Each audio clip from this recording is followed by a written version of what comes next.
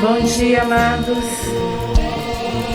Mais uma manhã, Deus nos dá a graça de estarmos na sua casa e nós agradecemos a Ele, porque até aqui Ele tem abençoado as nossas vidas, Ele tem nos guardado e nós sabemos o quanto nós carecemos e necessitamos da misericórdia e da proteção de Deus. Então, que nesta manhã nós possamos ser edificados pela palavra do Senhor. Amém? Vamos orar. Senhor, nosso Deus, nosso Pai, mais um dia o Senhor nos concede a graça de estarmos na tua casa e nós te agradecemos, Senhor. Muito obrigada. Obrigada porque até aqui a tua misericórdia tem alcançado as nossas vidas. O Senhor tem nos guardado, o Senhor tem nos protegido. Problemas, Senhor, dificuldades, todos nós passamos, mas nós sabemos que a tua misericórdia nos alcança todos os dias e nós te agradecemos, Senhor. Te agradecemos porque nós temos consciência de que nós não somos merecedores, Senhor. Nós somos pecadores e nós queremos neste momento te pedir perdão também, Senhor, pelas nossas falhas, por tudo aquilo, Senhor, que nós temos feito, que não agrada a ti. Nos perdoa, Senhor. Nos capacita, nos dá entendimento, para que nós possamos, Senhor, entender a tua vontade para as nossas vidas. E o mais importante, Senhor, que nós possamos realizar a tua vontade nas nossas vidas. Nos perdoa, Senhor, nos capacita. Abre os nossos ouvidos, Senhor, nesta manhã para aquilo que o Senhor tem preparado para cada um de nós. Que nós possamos ouvir, entender, compreender e o mais importante, colocar em prática nas nossas vidas. O Senhor conhece cada pessoa que adentrou a sua casa nesta manhã e eu quero, Senhor, te pedir que o Senhor venha de encontro às alegrias, às necessidades de cada um. O Senhor nos conhece melhor do que nós mesmos. O Senhor sabe daquilo que nos angustia, aquilo, Senhor, que nos causa temor, tremor. Que o Senhor possa, Senhor, com a tua misericórdia, acalmar, Senhor, os nossos corações e que o Senhor possa também, Senhor, cuidar de cada um de nós. Nós te louvamos, Senhor, te bendizemos em nome do teu Filho amado Jesus. Amém? Irmãos, a nossa lição de hoje é a de número 4, a experiência do perdão. O texto base está no livro de Mateus, capítulo 18, versículos de 21 a 35. Mateus, capítulo 18, versículos de 21 a 35. Mateus,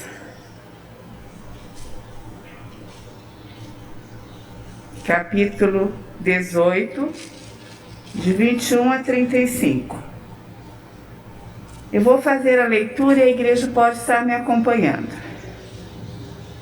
Então Pedro, aproximando-se, lhe perguntou: Senhor, até quantas vezes meu irmão pecará contra mim, que eu lhe perdoe? Até 7 vezes? Respondeu-lhe Jesus: Não te digo até 7 vezes, mas até 70 vezes 7. Por isso o reino dos céus é semelhante a um rei que resolveu ajustar contas com os seus servos.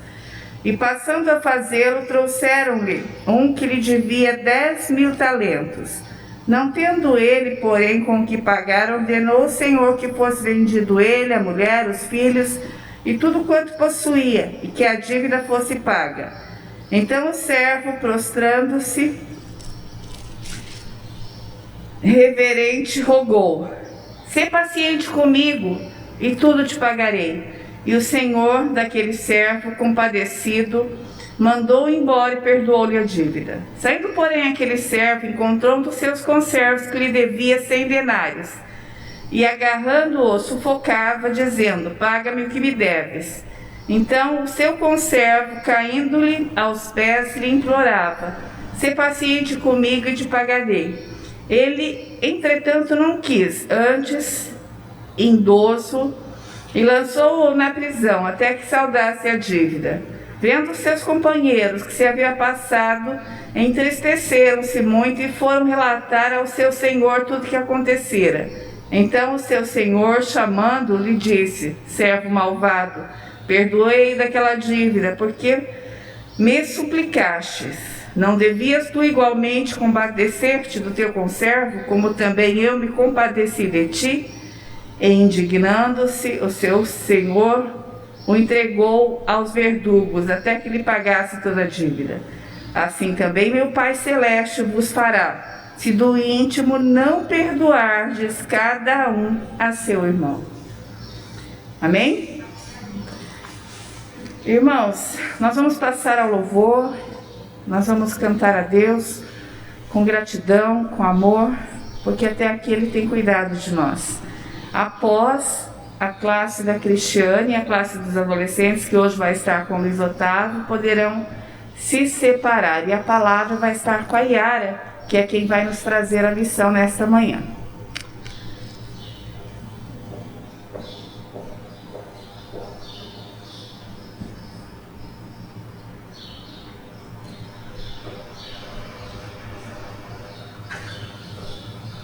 Graça e paz, irmãos.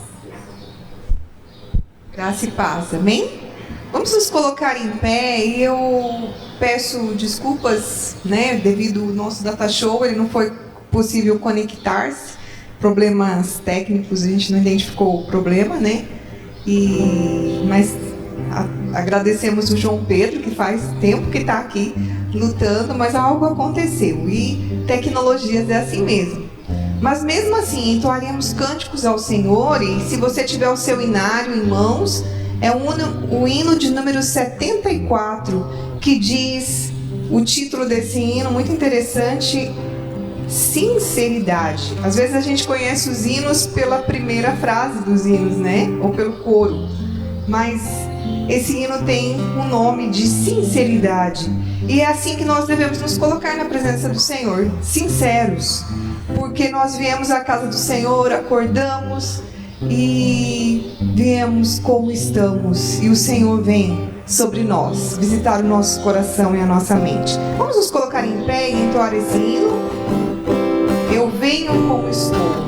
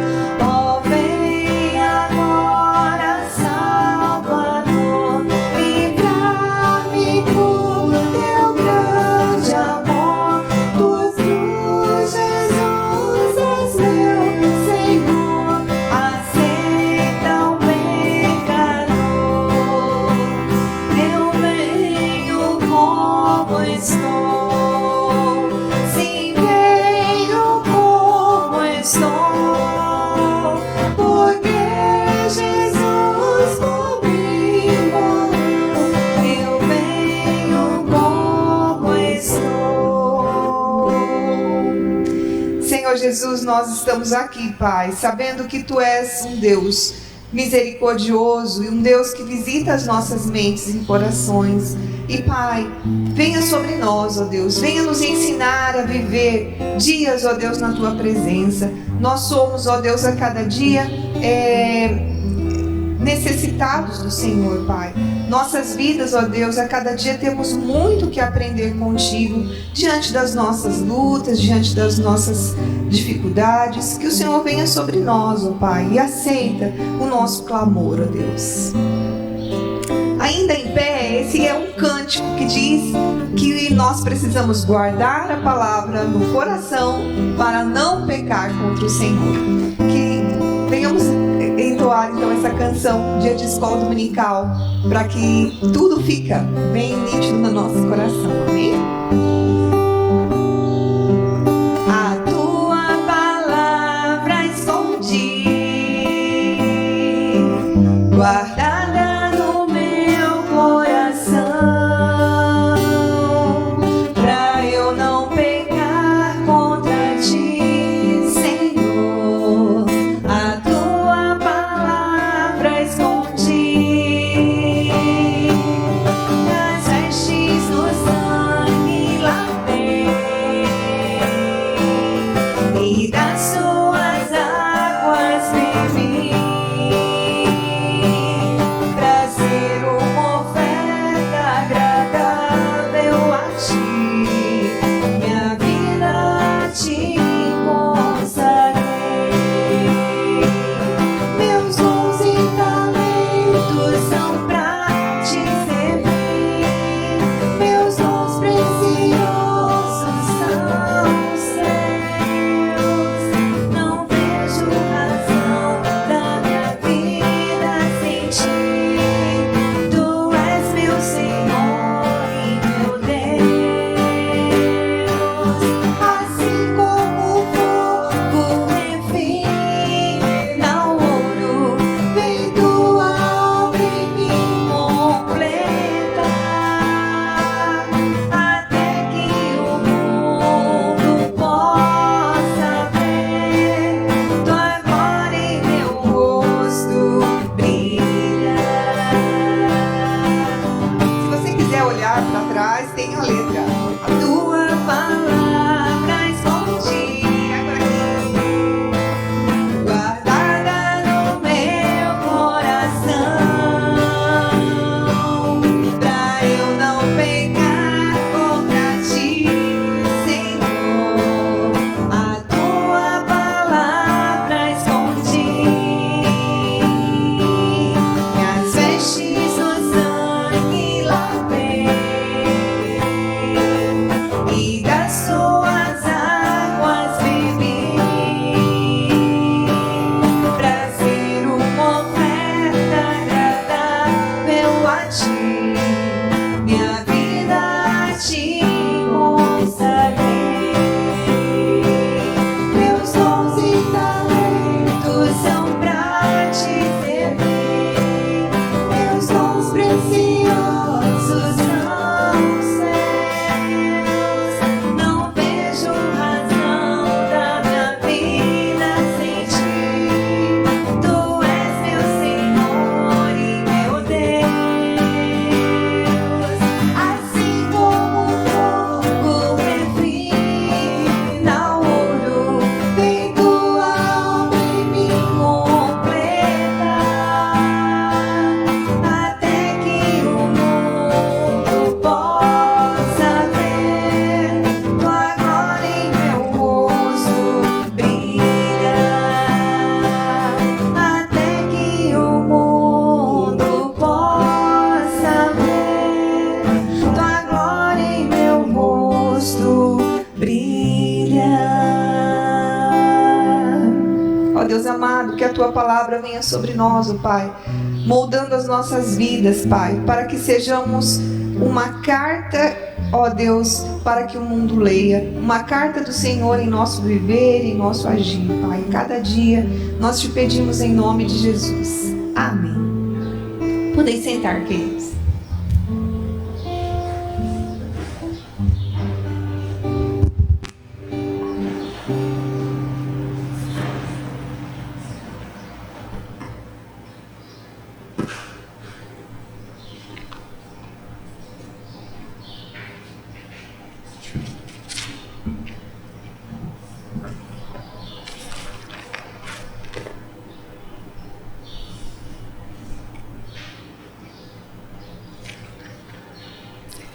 Bom dia, igreja. Nós vamos então estudar a lição 4 hoje, a experiência do perdão. Então, primeiramente, vamos orar novamente a Deus.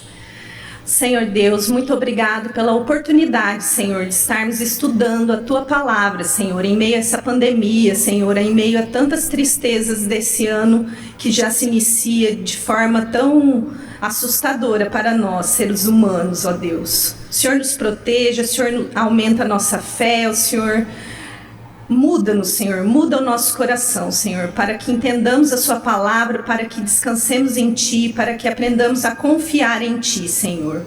Em nome de Jesus, abençoa essa lição, que ela adentre os nossos corações, Senhor.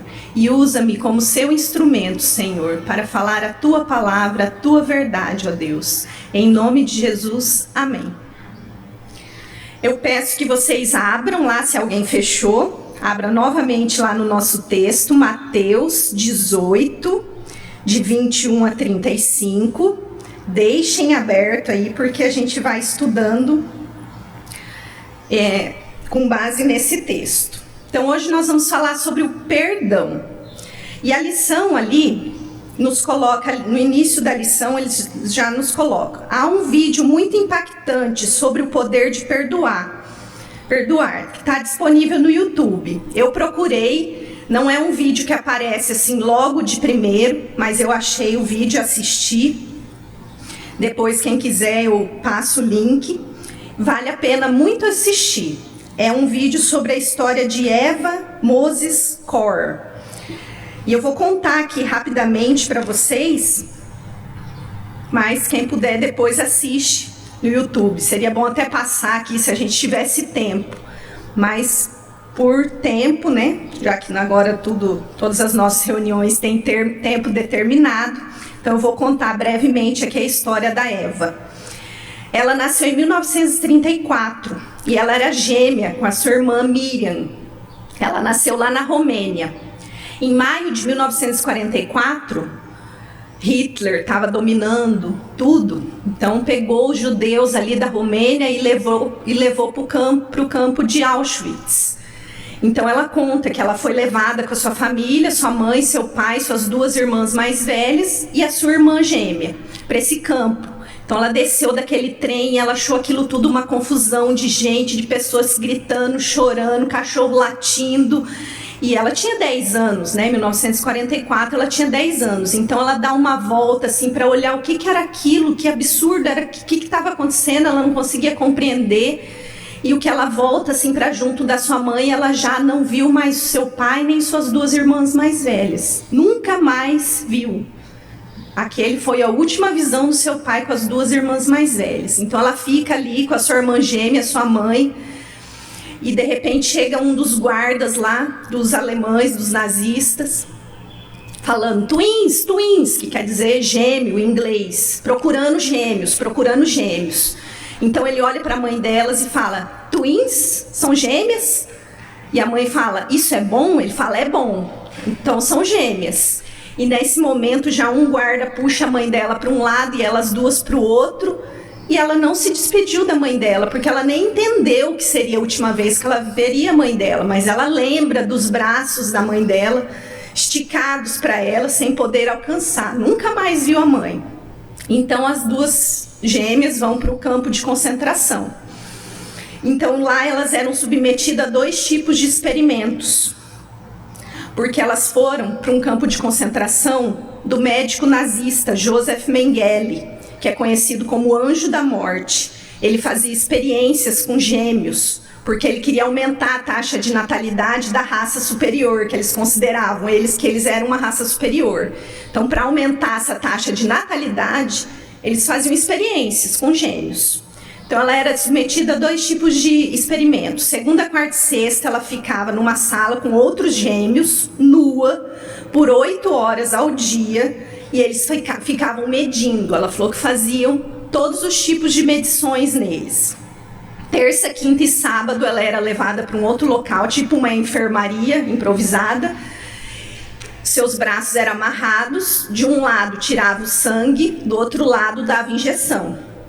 Não se sabe o que era aplicado neles. Então foram passando os dias e ela não foi conseguindo andar, foi inchando, foi tendo manchas vermelhas pelo corpo, até que ela foi transferida para o hospital, que era, na verdade, uma outra barraca no campo de concentração. Chegou o Mengele lá, o médico nazista, com mais 4 médicos, olhou para ela, não examinou, falou assim, que pena, tão jovem, não vai durar 2 semanas. Então, nessas 2 semanas, ela tem flashes de memória, que ela se arrastava até o fim do corredor do hospital para pegar água que saía de uma torneira. Mas passou essas 2 semanas, ela estava um pouco melhor, mais 3 semanas ela cessou a febre e voltou para junto lá de onde estava a sua irmã. E a sua irmã estava sentada na cama, disse que olhando para o nada.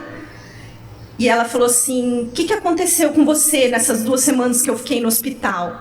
E a irmã dela, a Miriam, falou assim, eu não quero falar sobre isso. Isso era em 1944. E a Miriam não falou nada até 1985. Em 1945, alguns meses depois, elas foram libertadas pelo exército soviético.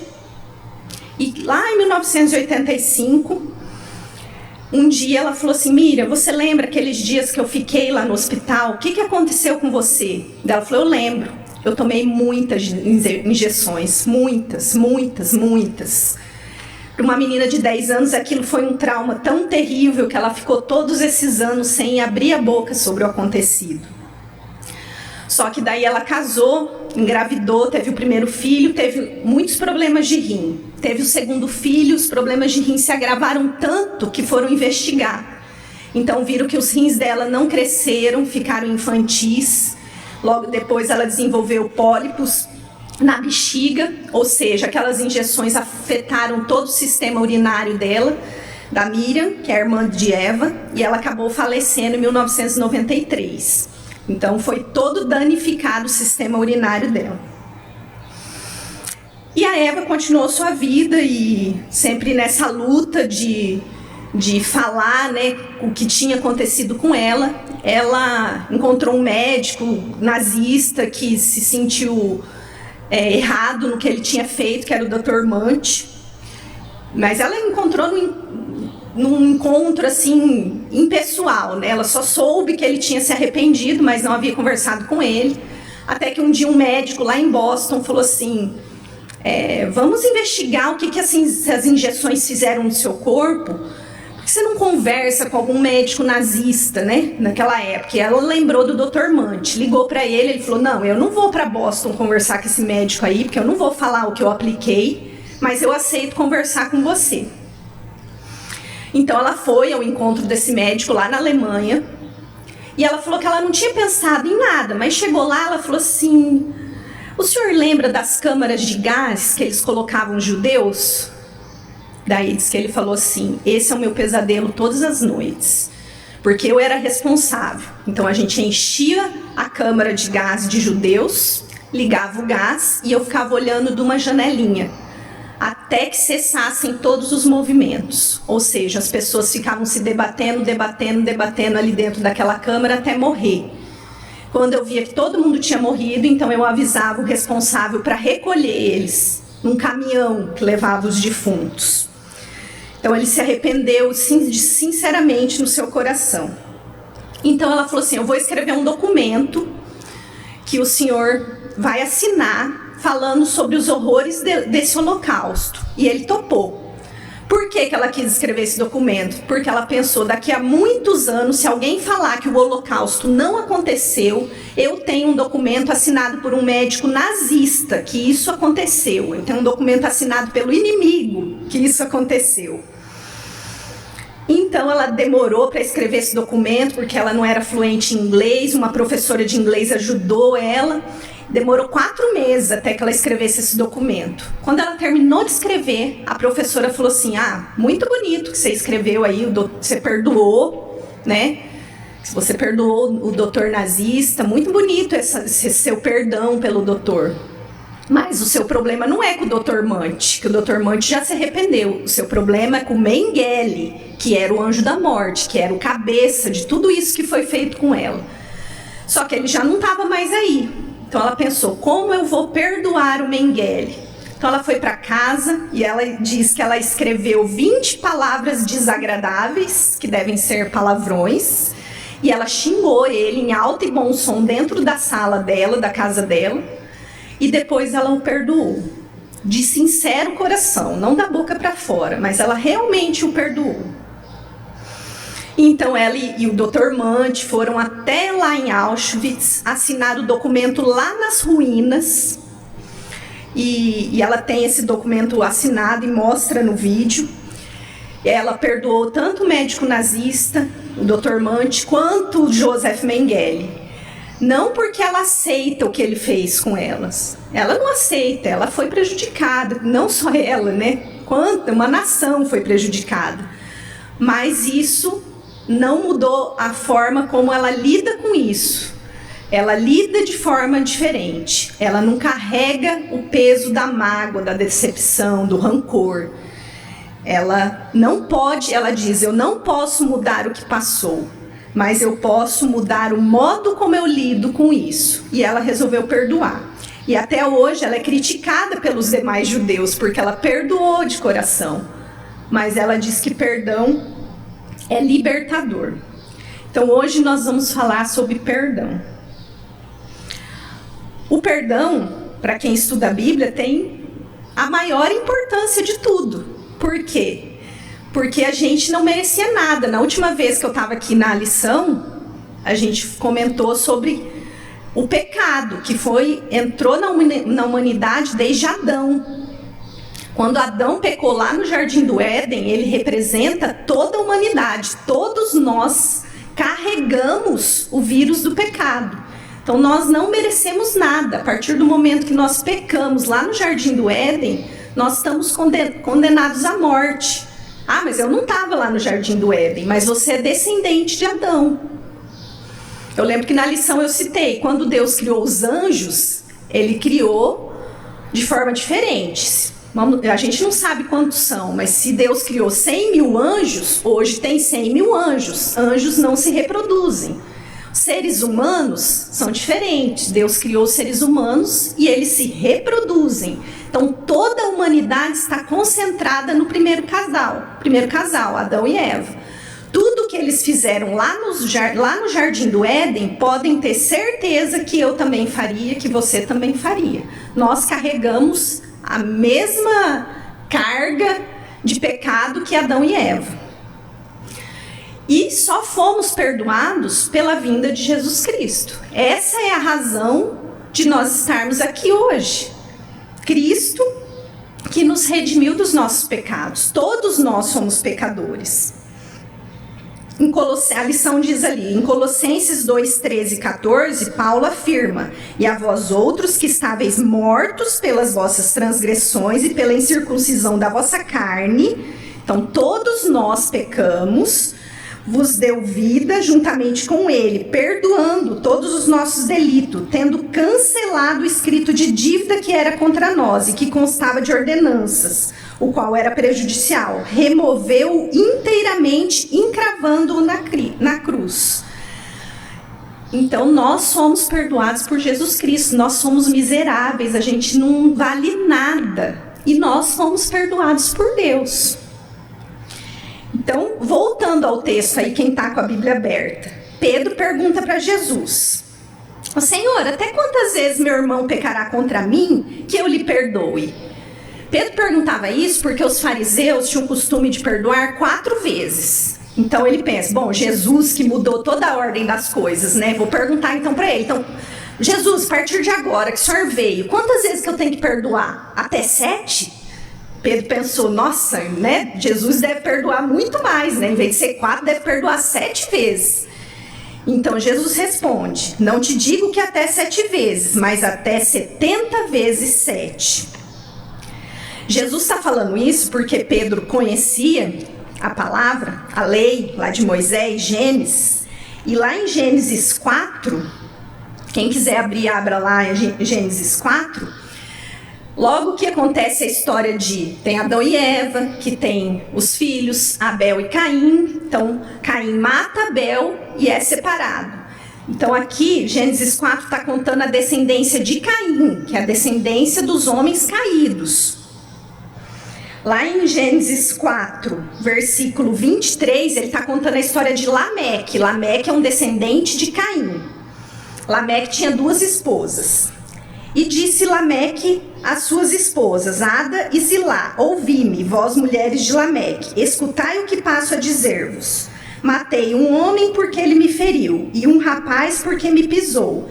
7 vezes se tornará a vingança de Caim. De Lameque, porém, 70 vezes 7. Então Jesus, lá quando ele veio ao mundo, ele estava retomando esse texto de Gênesis. Porque Lameque falava que a vingança deveria ser feita 70 vezes 7. Então você deveria se vingar 70 vezes 7. E Jesus responde para Pedro, sabendo que ele conhecia esse texto, que não era vingança que deveria ser feita 70 vezes 7. Era o perdão que deveria ser feito 70 vezes 7. E Jesus, na sua extrema didática, né, as professoras demoram anos e anos para aprender como ensinar as crianças na escola. E Jesus tem uma didática perfeita. Então, como ele ia ensinar isso para Pedro? Ele conta uma parábola. Então, ele conta que o reino de Deus é semelhante a um rei que resolveu ajustar contas com os seus servos. Então, ele começa a explicar como é que você deve perdoar. E aí a gente entra no tópico 1 da lição. Ainda que não mereçamos, Deus nos concede o perdão. Então, o primeiro perdão que a gente tem que saber é que Deus me perdoou. Esse é o primeiro perdão, o perdão de Deus. A dívida que tínhamos para com Deus era impagável. Então, é igualzinha a história que Jesus está contando aqui. Mateus 18, versículo 23 até o 27. O reino de Deus é semelhante a um rei que resolveu ajustar contas com seus servos. E passando a fazê-lo, trouxeram-lhe um que devia 10.000 talentos. Então ele falou, hoje eu vou acertar as contas. Hoje eu vou fazer um refit aí. Chegou um que devia 10.000 talentos. 10.000 talentos não é 10.000 reais. Porque 10.000 reais, você fala, eu vendo um carro aqui, é um valor alto, mas eu consigo pagar. Não é 10.000 reais. 10.000 talentos é 10 trilhões de reais. É uma quantia impagável. E esse senhor devia essa quantia impagável para o rei. É um número muito, muito, muito alto. Não tendo ele, porém, com o que pagar, ordenou o Senhor que fosse vendido ele, a mulher, os filhos, tudo quanto possuía, e que a dívida fosse paga. Então o rei falou, você não tem 10 trilhões de reais? Então você vende sua esposa, seus filhos, eles ficam trabalhando para mim o resto da vida. O que você tiver agora é tudo meu para sempre.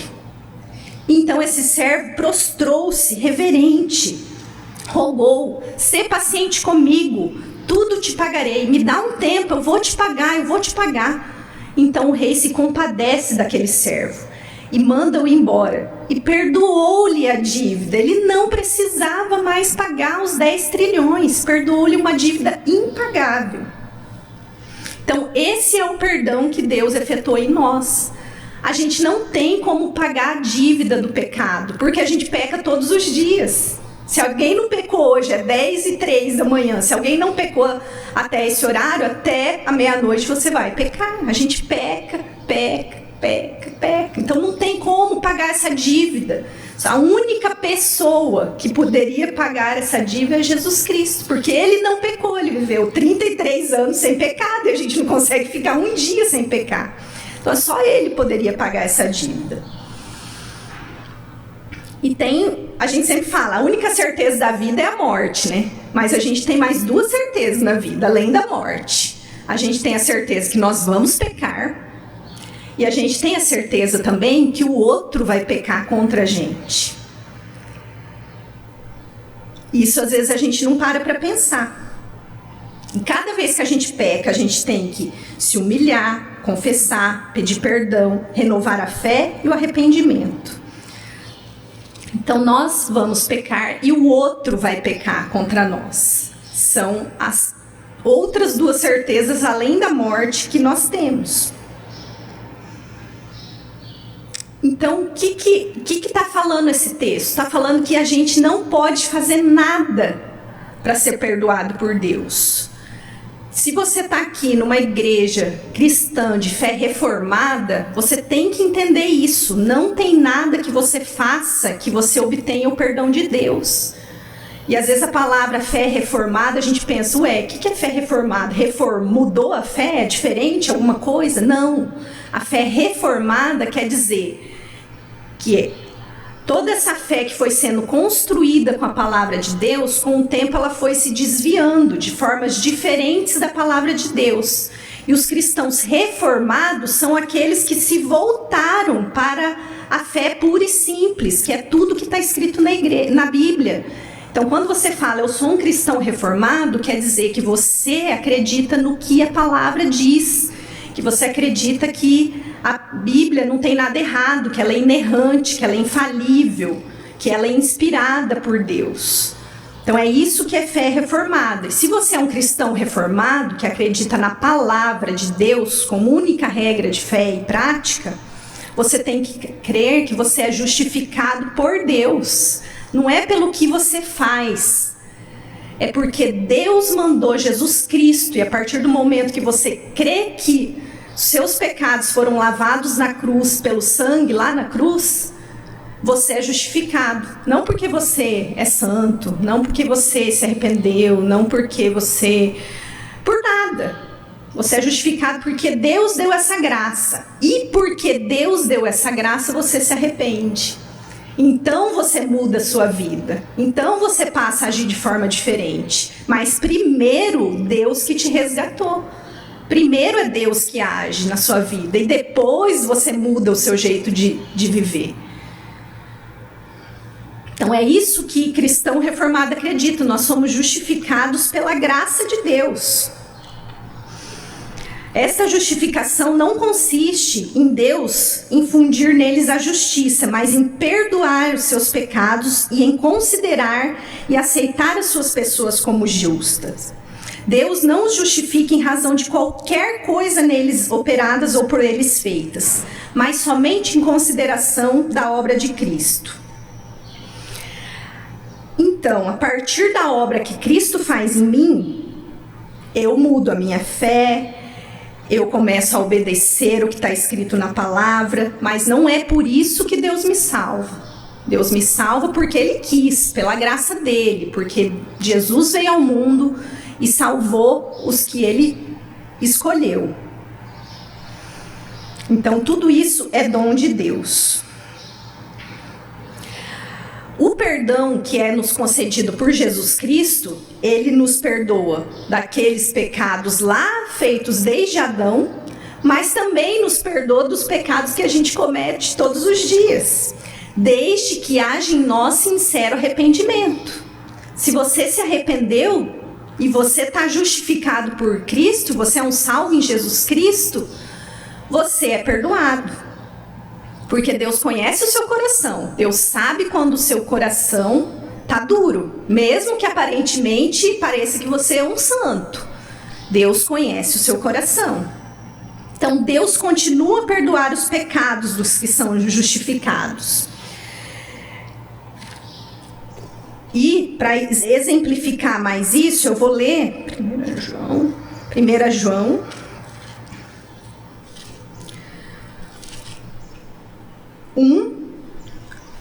No versículo 8 ali. Se dissermos que não temos pecado nenhum, a nós mesmos nos enganamos e a verdade não está em nós. Se confessarmos os nossos pecados, Ele é fiel e justo para nos perdoar os pecados e nos purificar de toda injustiça. Se dissermos que não temos cometido pecado, fazemo-lo mentiroso, a sua palavra não está em nós. Filhinhos meus, estas coisas vos escrevo, eu estou escrevendo a Bíblia, Jesus está escrevendo, Jesus é o verbo, é Jesus que está te falando através de João aqui, mas é Jesus. Eu estou te escrevendo a Bíblia para você não pecar, para que não pequeis. Se todavia alguém pecar, temos o advogado junto ao Pai, Jesus Cristo, o justo. Ele é a propiciação pelos nossos pecados. Não somente pelos nossos próprios, mas ainda pelos do mundo inteiro. Então nós somos justificados pela obra de Jesus em nossa vida. Deus nos perdoou de uma dívida impagável. A gente tem que ter em mente que nós não temos que exigir nada de Deus. Essa doutrina que nós merecemos, nós somos filhos de Deus, não merecemos nada, a gente merece a morte.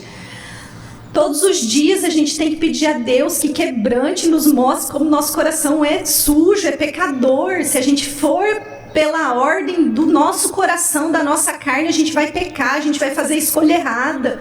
A gente vai ter inveja, a gente vai maldizer as pessoas. Essa é a natureza do homem.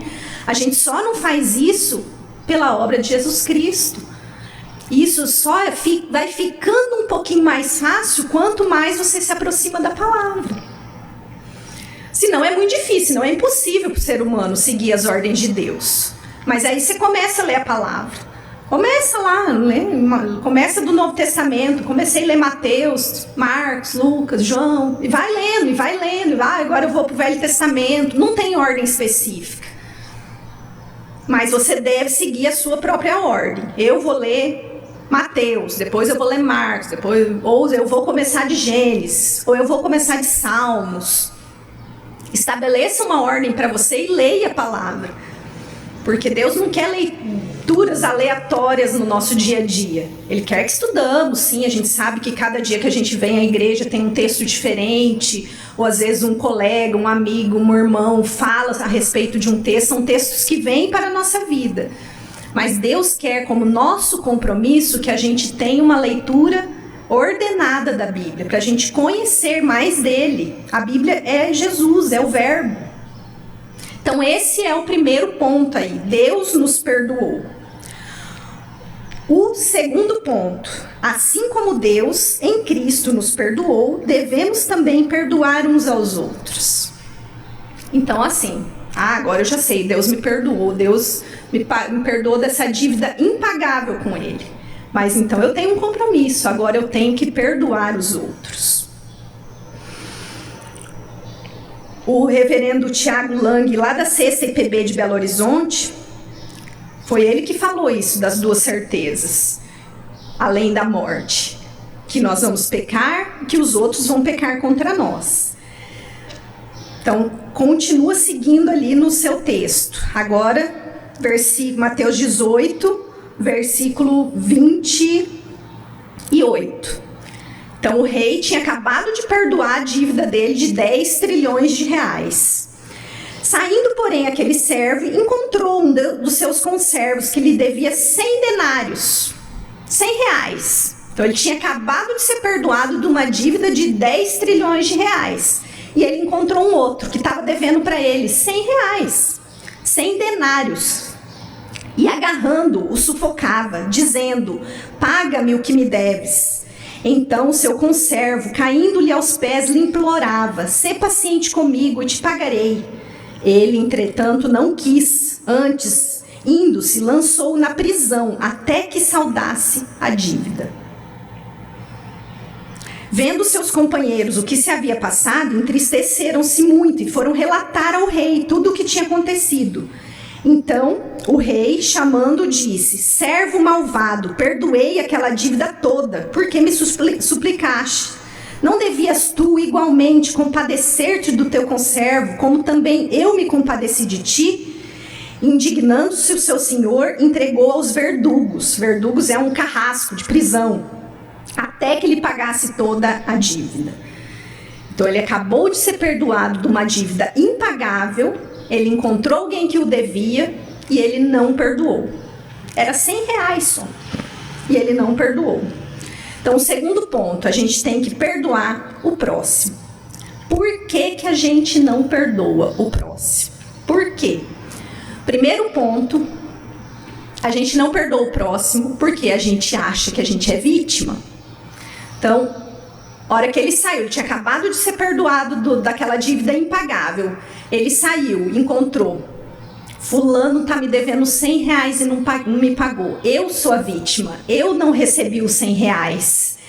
Então ele vai para cima dessa pessoa, agarrando, sufocando, conforme diz a palavra, agarrando-o, sufocava, dizendo: paga-me o que me deves. Então ele usou de violência física. Por que ele se achou no direito de usar violência física? Porque ele se achava vítima. Eu sou a vítima. E é isso que a gente faz no dia a dia. Eu não vou perdoar porque ele está errado. Eu sou a vítima, eu fui prejudicado. Então não tem como eu perdoar isso, porque eu fui prejudicado. Então a gente se coloca no local de vítima. E nós não somos vítima nada. Nós somos pecadores igual essa pessoa. Pecamos de formas diferentes. Às vezes pecamos de um pecado que não está sendo visto. Mas nós pecamos da mesma forma. Aquele que te deve é a mesma coisa que você, aquele que te ofendeu, seja ele seu marido, sua esposa, seu chefe, seu pastor, seu professor, ele comete o mesmo pecado que você. A gente também não perdoa porque a gente joga a culpa para cima do outro, desde Adão e Eva. Quando Deus pergunta: Adão, o que você fez? Ele fala: não, foi a Eva. Eva, o que você fez? Não, foi a serpente. E a gente faz isso até hoje. Não, mas eu fiz isso porque eu não tinha condições. Eu não te paguei porque o governo não me deu meu auxílio. Não, eu te ofendi porque eu sou autoridade. Eu tenho que prestar contas a meu superior. A gente inventa um monte de desculpa, a gente joga a culpa no outro. Eu julgo que o outro não tem perdão. E eu fico: Jesus, Deus, Senhor, faça justiça sobre o fulano que está agindo mal contra mim. Quando a gente pede a justiça de Deus, na verdade a gente está querendo vingança. E a justiça é de Deus, não é nossa. Quando alguém faz alguma coisa que a gente não gosta, que a gente não concorda, principalmente alguém que está próximo da gente, que é do mesmo convívio, a gente quer a justiça de Deus. A gente quer vingança, na verdade. Isso é uma máscara para o orgulho próprio. A gente quer que Deus haja do jeito que a gente pensa que deve ser feito. Então a gente não tem que exigir vingança de Deus. A gente tem que deixar a justiça com Deus. Da nossa parte, o nosso dever, segundo a palavra, é perdoar. Não importa o que o outro fez. Terceiro ponto: por que a gente não perdoa? Estou ainda dentro do segundo ponto lá da lição, tá? A gente não perdoa porque a gente sempre quer a penalidade, a gente não quer a misericórdia. A gente não quer que Deus perdoe o outro. A gente quer que Deus castigue o outro que errou, mas a gente quer ser perdoado. Então a gente não perdoa por causa dessas três coisas. A gente é a vítima, é o outro que pecou, e o outro deve ser condenado. Eu não, mas o outro tem que ser. O meu pecado é menos pecado do que o outro. Está errado. A palavra nos diz exatamente o contrário. Nós somos tão ruins quanto aquela pessoa que você está pensando aí na sua cabeça, que é a pior que você conhece, que é a que mais está causando males na sua vida. Você é igual a ela, eu sou igual a ela. A gente tem que ter essa consciência. A gente tem que ter a consciência que pecado não tem diferença. É pecado. Então devemos nós perdoar assim como Cristo nos perdoou. Isso é tão importante que está na oração lá que Jesus Cristo nos ensinou, no Pai Nosso. Perdoai os nossos devedores, assim como eu perdoo quem tem dívida comigo. Está lá no Pai Nosso, na oração que ele falou: gente, quando vocês forem orar, vocês orem assim. Então isso é tão importante de perdão que está nos ensinamentos diretos de Jesus, não está por parábola, tá? Quando Jesus fala claramente: vocês vão orar assim. Perdoa, Senhor, assim como eu perdoei meu irmão. Então pensem na sua cabeça uma pessoa que está te fazendo mal e perdoa. Perdoa, é isso que Jesus está te mandando. Perdão não é você mudar de humor. Ah, tá bom, já esqueci, vou tratar ele como se nada tivesse acontecido. Não é um perdão assim: hoje eu estou de bom humor, então hoje eu não vou entrar em atrito com ninguém. Isso não é perdão. Perdão é você saber que o outro está errado, você saber que o outro nem se arrependeu, que continua ainda pensando do mesmo jeito, Provavelmente aquela romena lá, Eva, o Mengele morreu, o Dr. Joseph Mengele lá morreu achando que ele estava certo, e mesmo assim ela o perdoou. Ele não se arrependeu do pecado dele, mas você tem que perdoar, independente se o outro se arrependeu, independente se o outro veio te pedir perdão. Porque às vezes o que acontece? O outro vai lá, se arrepende e vem te pedir perdão. E você fala, não, isso eu não consigo aceitar. Então você passa de vítima, você passa pelo maior pecador. Porque às vezes o outro se arrependeu e você não perdoa. Você tem que perdoar. Quando o ofendido se recusa a perdoar, aí a questão se inverte. De vítima, esse se transforma em culpado. Os verdadeiros discípulos de Jesus não hesitam em pedir perdão quando necessário. E jamais se recusam a perdoar. É perdão de coração, não é perdão da boca para fora, não é perdão de comportamento. Agora eu vou, tá bom, então tá bom, agora eu não estava mais frequentando a sua casa, mas então agora eu vou frequentar.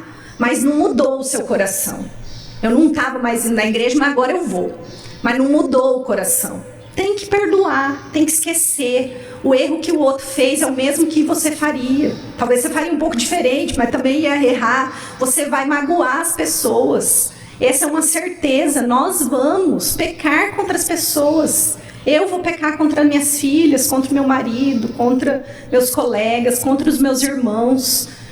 Então eu estou na mesma situação do que o outro. E o terceiro ponto que a lição nos coloca aí é: o indivíduo perdoado deve aprender a perdoar a si mesmo. Uma das maiores lutas na experiência do perdão costuma ser contra a própria consciência. Mas esse pecado que eu fiz é imperdoável. Eu já pedi perdão para Deus, Jesus já me perdoou, mas eu carrego aquela culpa do que eu fiz. Pecado provoca traumas profundos. Muitas pessoas, mesmo experimentando o perdão de Deus, não têm sido capazes de perdoar a si mesmo. Acham que o pecado deles é tão sujo, tão sujo, tão sujo, que eles não podem usufruir do perdão divino.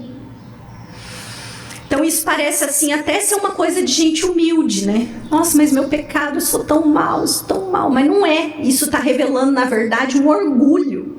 A partir do momento que você pecou, você se arrependeu de coração, você tem que se sentir perdoado por Deus. Esqueça o seu pecado. Esqueça no sentido de não carregar mais a culpa. Não esqueça o que você fez, para você não cometer de novo. Mas não carregue mais a culpa. É uma conhecida, meu convívio próximo, que quando era jovem ela frequentou terreiros, enfim, foi na religião de magia negra, e depois, muito tempo depois, ela foi para a igreja, passou a frequentar uma igreja cristã e se arrependeu dos pecados e mudou a sua vida. Mas ela passou a ter muitos problemas com uma das filhas. E um dia um ministro da igreja dela, que não é da nossa igreja, chegou até ela e falou assim: esse problema que você tem com a sua filha é por causa do seu pecado lá de trás. Então ela, cheia de culpa, ela falou assim: esse pecado meu não teve perdão então. Porque se tudo que eu estou passando hoje é porque tudo que a minha filha está passando hoje é porque eu pequei lá atrás, eu não tive perdão. Isso está errado. Deus já perdoou ela. E Deus, a partir do momento que já perdoou, Ele não tira as consequências do nosso pecado. Só que Ele nos ajuda a carregar as consequências do nosso pecado. Então, a partir do momento que ela pecou lá, mas se arrependeu, não seguiu mais esse caminho, a filha dela está indo por um mau caminho, talvez por maus exemplos lá atrás, ela deve pedir a ajuda de Deus, orientação de Deus, orar, clamar a Deus, mas não se sentir culpada. Aquele pecado ela já foi perdoada. Então, não existe mais, já é uma folha em branco. Agora, as consequências do pecado, Deus nos ajuda a carregar a cruz nossa, da nossa vida. Então, a recusa da gente em se perdoar, quando a gente acha que a gente não está perdoado, na verdade, a gente está desprezando o sacrifício de Cristo. A gente está desprezando tudo que Cristo fez por nós. Então, se você pecou, se você se arrependeu, Deus te olha lá de cima e Ele vê uma folha em branco. Ele não está vendo o seu pecado. Cada vez que eu me arrependo, Deus arranca aquela página, começa outra página branca. Quantas páginas Ele já teve, né? É como se você precisasse pagar o preço da culpa, pois o sacrifício de Cristo não é suficiente. Então, quando você não se perdoa, você fica querendo pagar esse preço, pagar com sofrimento, com penitências, às vezes até com autoflagelação. Tem gente que se bate, que se judia, que se maltrata, porque acha que não tem perdão. Mas esse autossacrifício, essa autopiedade não vale nada. Somente Cristo alivia a nossa culpa. Aproxime-se de Jesus Cristo. Esse é o único caminho para a gente conseguir perdoar. O pastor Jeremias Pereira, ele colocou algumas palavras aqui a respeito disso. Ele fala, quando a gente fala, eu não me sinto amado, eu não me sinto perdoado, a gente deve reabiblar nossos pensamentos. Reabiblar, ele usa muito esse termo, que é voltar para a Bíblia. Quando a gente começa a pensar, eu não sou bom, eu sou fraca, eu não tenho forças, eu não tenho capacidade, ele fala, reabible seus pensamentos. Pense o que a Bíblia diz que é para você pensar. Primeiro, Jesus lhe ama. Jesus morreu por você. Por você, ele conhece seu nome. Ele não morreu assim por uma multidão de pessoas. Ele morreu pela Dona Maria, pela Sônia, pela Delma. Ele morreu, ele sabe o seu nome, ele sabe a sua vida, ele está aqui. Segundo ponto, suas emoções são consequências dos seus pensamentos. Ai, estou me sentindo mal, estou me sentindo mal. A sua emoção que você está sentindo é o que você pensa, você controla o seu pensamento. Você controla o seu pensamento. Pense o que a Bíblia diz. O que a Bíblia está dizendo? Que seus pecados já foram perdoados, que você tem que perdoar o próximo. É isso que a Bíblia está mandando. Afirme para você mesmo que você tem valor. Eu tenho valor, não porque eu mereço. Eu não mereço nada. Eu sou um pobre pecador. Mas eu sou amada em Cristo, porque Cristo morreu por mim, eu tenho valor. Quando Deus olha lá de cima, e Ele te vê lá de cima, Ele está vendo o sacrifício de Cristo em você, e então Ele anula os seus pecados. Desabitue-se de ouvir as vozes de rejeição, experiências de bullying. Você é amado pela pessoa mais poderosa do universo. Perdoe-se. Perdoe o seu próximo, porque Deus te perdoou de uma dívida impagável. O nosso texto termina lá, versículo 35, dizendo: assim também meu Pai Celeste vos fará, se do íntimo não perdoardes cada um a seu irmão. Perdoa o seu irmão. Aqui fala que ele lançou o servo na prisão. O que é a prisão pra gente, gente? É o inferno. Então é isso, Deus está falando claramente. E assim também o meu Pai vai fazer com você, se você do seu íntimo não perdoar o seu irmão. Então perdoe a si mesmo, perdoe o seu irmão, porque você foi perdoado por Deus. Perdão é saúde, perdão é vida. Ainda que o outro não se arrependa, ainda que o outro não mude nada, Deus está mandando, é ordem de Deus. Perdoe. Aceite no seu coração que você é tão falho quanto essa pessoa que você não consegue perdoar. Que Deus nos abençoe, que a gente leve isso para a nossa vida. Qualquer ofensa que você se sentir ofendida aí, você se lembre desse texto de Mateus 18. Você saiba que o seu dever é perdoar sempre. Independe do outro, se o outro está te fazendo mal. Independe se o outro te mandou embora, independe se o outro te traiu, independe se o outro fez o que é abominável contra a palavra de Deus. Não depende do outro. O nosso perdão é nós e o nosso coração e Deus. Que Deus nos abençoe, que Deus mude o nosso coração, que Deus nos dê um coração igual ao dele. Senhor Deus, concede-nos uma semana abençoada, ó Deus. Conforta o coração daqueles que estão enlutados por essa doença terrível que vem nos assolando, mas também pelas demais doenças, Senhor, que assolam esse mundo, ó Deus. esteja conosco, dá-nos saúde, recupera, Senhor, todos os nossos irmãos que estão adoentados, ó Deus, fisicamente e também espiritualmente, Senhor. Muda o nosso coração, dá-nos força, dá-nos sabedoria para enfrentar a nossa caminhada aqui nesse mundo, Senhor. Em nome de Jesus, amém.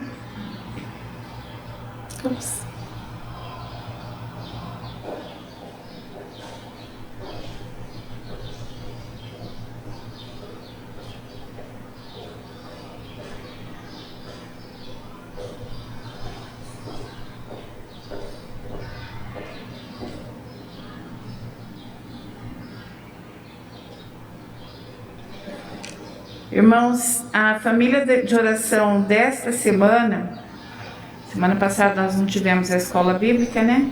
Então a família de oração desta semana é a família da nossa irmã Raquel Queiroz. Os aniversariantes da semana: dia 11, Leonardo Burim; dia 11 também a Débora Fogliato; dia 14, Maria José Pires; dia 14 também a Camila Rucatelli; e no dia 15, o Clívio Batista. Então, família de oração para esta semana, da dona Raquel, e os aniversariantes, o Leonardo, a Débora, a Maria Pires, a Camila e o Clívio. Nós vamos estar orando, colocando nas mãos do Senhor a família de oração, os aniversariantes, e também encerrando a nossa escola bíblica de hoje, lembrando o nosso culto às 19h30. Vamos orar. Senhor nosso Deus, nosso Pai, mais uma vez, Senhor, nós nos colocamos diante de Ti, nós oramos a Ti. Rogamos, Senhor, em especial nesta manhã, que o Senhor esteja visitando, Senhor, a Tua serva Raquel Queiroz. Ela que é a família de oração da nossa semana. O Senhor a conhece os familiares, conhece as necessidades, os anseios. Que o Senhor esteja com ela, Senhor, como o Senhor tem estado até aqui. Que o Senhor cuide dela. Que o Senhor realize, Senhor, aquilo que ela necessita nesta semana. E o mais importante, que o Senhor possa cuidar dela todos os dias da vida dela. Colocamos também os aniversariantes da semana. Que o Senhor os visite de maneira especial no dia do seu aniversário, mas também, Senhor, em todos os dias. O Senhor os conhece os corações, as necessidades, os anseios. Seja, Senhor, com cada um deles. Dá-lhe, Senhor, a cada um a sua graça, sua paz. Que eles tenham, Senhor, saúde, o mais importante, a Tua presença na vida deles. Nós Te louvamos, Senhor, Te bendizemos e Te pedimos perdão, Senhor, pelas nossas falhas, em nome do Teu Filho amado Jesus. Amém. Irmãos, um domingo abençoado a todos.